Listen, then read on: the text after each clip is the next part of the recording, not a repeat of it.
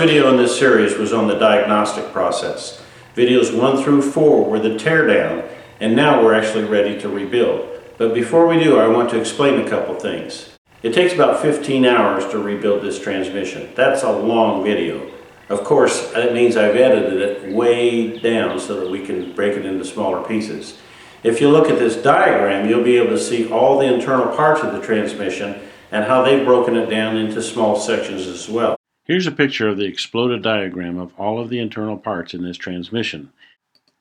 In videos 5 and 6, we're going to focus on the overdrive and reverse piston, the input clutch, several of the pistons, snap rings, and retainers. In video number 7, you're going to see lots of steels and frictions, snap rings, pressure plates, and the underdrive hub. In videos 9 and 14, we're going to combine these two and focus on the transmission pump itself, the shaft, several of the seals, and the input clutch.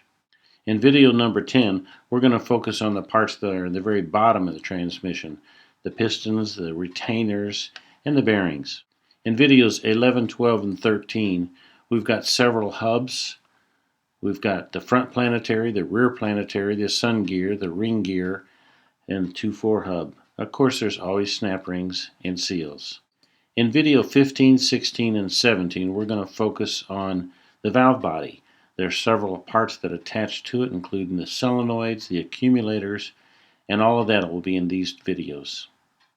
So I've broken the videos into smaller sections. That way, if you need to re-watch a part, you won't have to fast forward and rewind. You can go right to the section that you need.